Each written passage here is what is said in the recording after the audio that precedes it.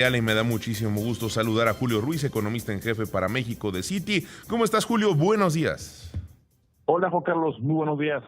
Me da muchísimo gusto saludarte, estimado. Perdón.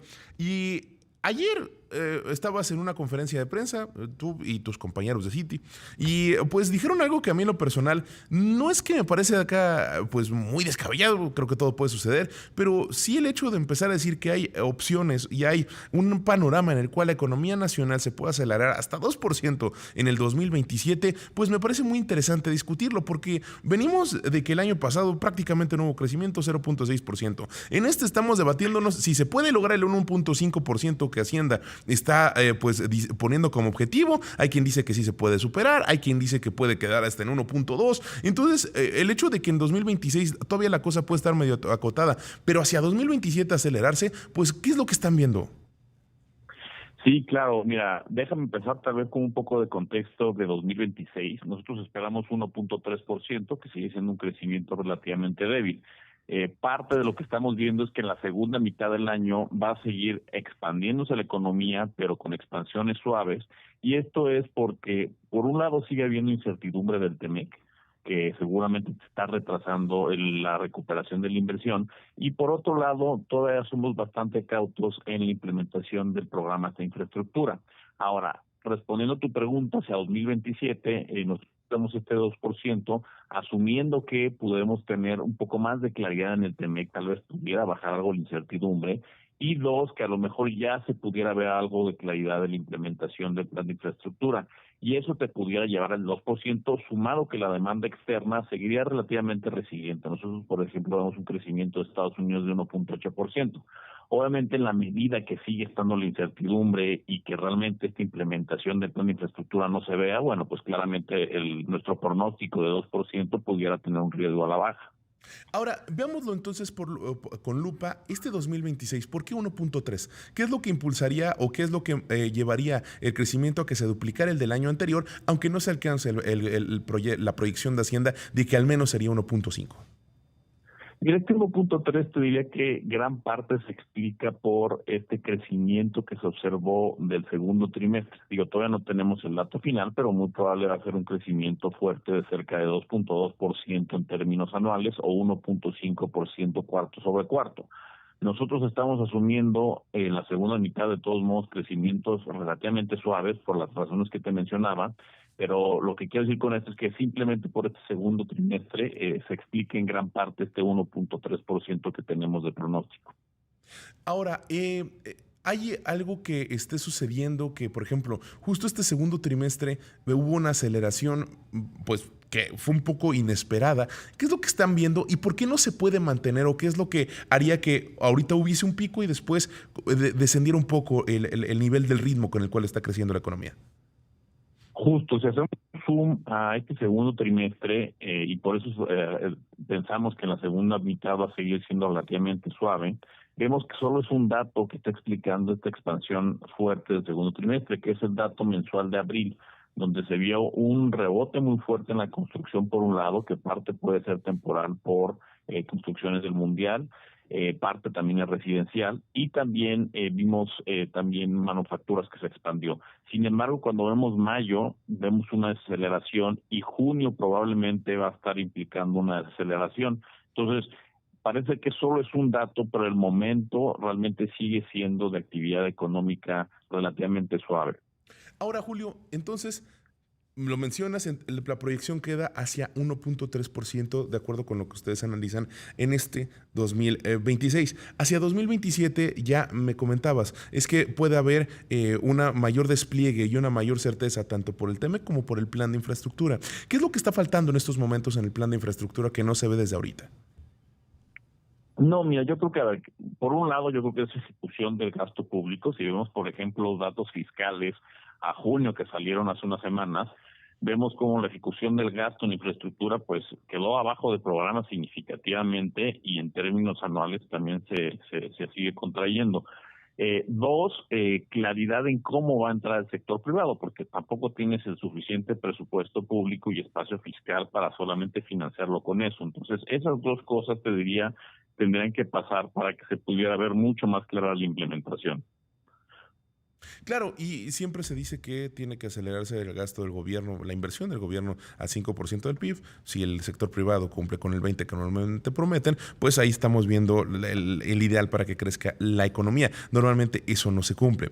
Ahora, hacia 2027 mencionas que una mayor certeza en el TEMEC. Sin embargo, la tendencia que se ha mostrado este año es que quieren en Estados Unidos que haya revisiones anuales. ¿Qué hace pensar que esto puede modificarse? Porque, digo, sé que este año es un año electoral, sé que Donald Trump hace distintos comentarios, el presidente de los Estados Unidos, que pues muchas veces van en favor de ganar electores, en favor de ir con ciertas tendencias de los comentarios y de lo que cree que las personas que pueden votar a su favor, pues van a hacer si creen en ciertas cosas que él dice. Entonces, pues al final del día, la tendencia sería a pensar que pues justo por eso es que hubo esta pausa en la revisión larga, se busca que sean revisiones anuales y esto pues parecería ser la tendencia. Sin embargo, pues hacia el próximo año se cree que podría haber algo distinto. Se le puede demostrar al gobierno de los Estados Unidos que el TEMEC quede a su modo y ya una vez de un año probado, después se haga ahora sí la firma para 16 años. ¿Qué es lo que estamos viendo que puede generar mayor certeza en ese contexto? Claro, no, mira, primero lo de los revisiones anuales no es que tienes que estar 10 años continuos en revisiones, ¿no? En el momento que tú llegues a tener un acuerdo ya se extiende y ya está, ¿no? Y eso puede ser en 2026, 2027, 2028, de aquí a los próximos 10 años. Ahora, la pregunta es cuándo vas a llegar a ese acuerdo. Yo estoy totalmente de acuerdo que es bastante incierto. Tampoco tenemos claridad 100% si puede ser 2027. Lo que estamos viendo a lo mejor es que pudiera haber una especie de acuerdo interino antes, donde tendrás un poco más de claridad hacia dónde está yendo y eso te lo puede reducir en el margen. Ahora, este acuerdo interino no necesariamente implica extensiones, más como, bueno, pues hagamos un corte de caja, más o menos esto es lo que hemos acordado y seguimos pateando las cosas que son un poquito más complicadas. Por ejemplo, ya lo decían los negociadores de Estados Unidos, las reglas de origen seguramente se van a estar discutiendo en 2027 todavía.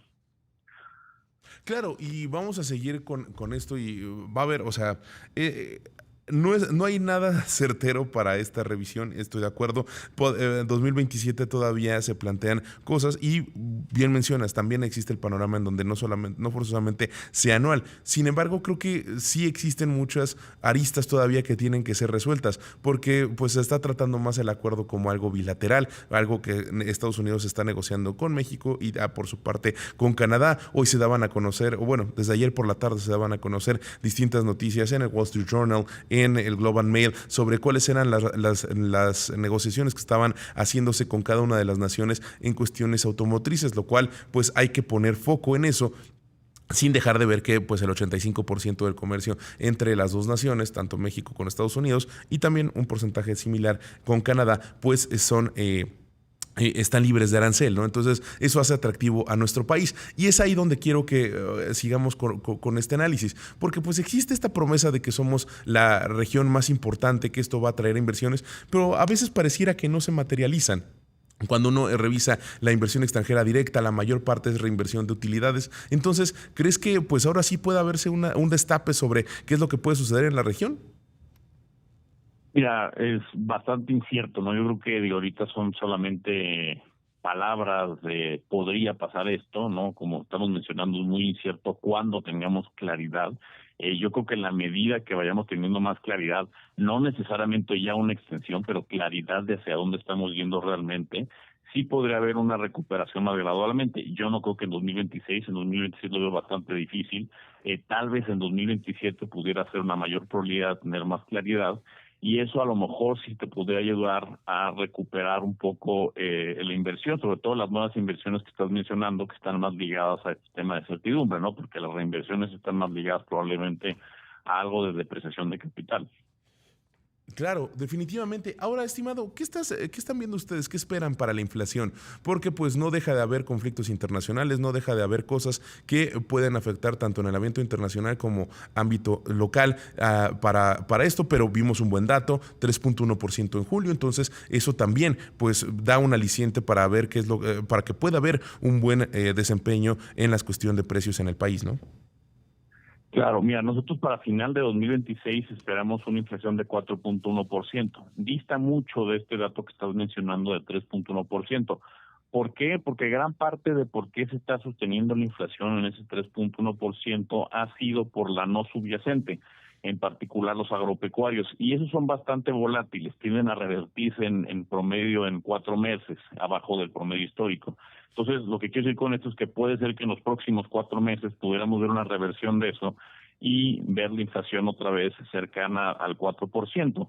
Y también tomando en cuenta que tienes el fenómeno del Niño a la vuelta de la esquina, también eso te puede acelerar esta reversión de esos productos agropecuarios. Entonces, por eso vemos este 4%. Ahora, la subyacente, que es más estable, sí está relativamente relativamente dentro del rango, ¿no? 3.90 y tantos por ciento, y eso sí ha sido una buena noticia porque ha acelerado desde el 4.5% que se tenía a principio de año, principalmente por la inflación de bienes que puede estar ayudada por el tipo de cambio resiliente. La única parte negativa, te diría, es la inflación, que sigue estando persistente.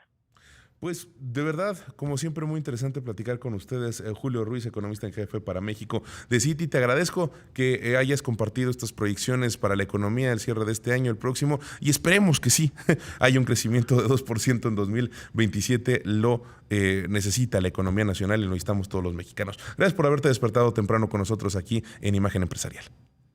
Gracias, Juan Carlos. Un gusto. Saludos.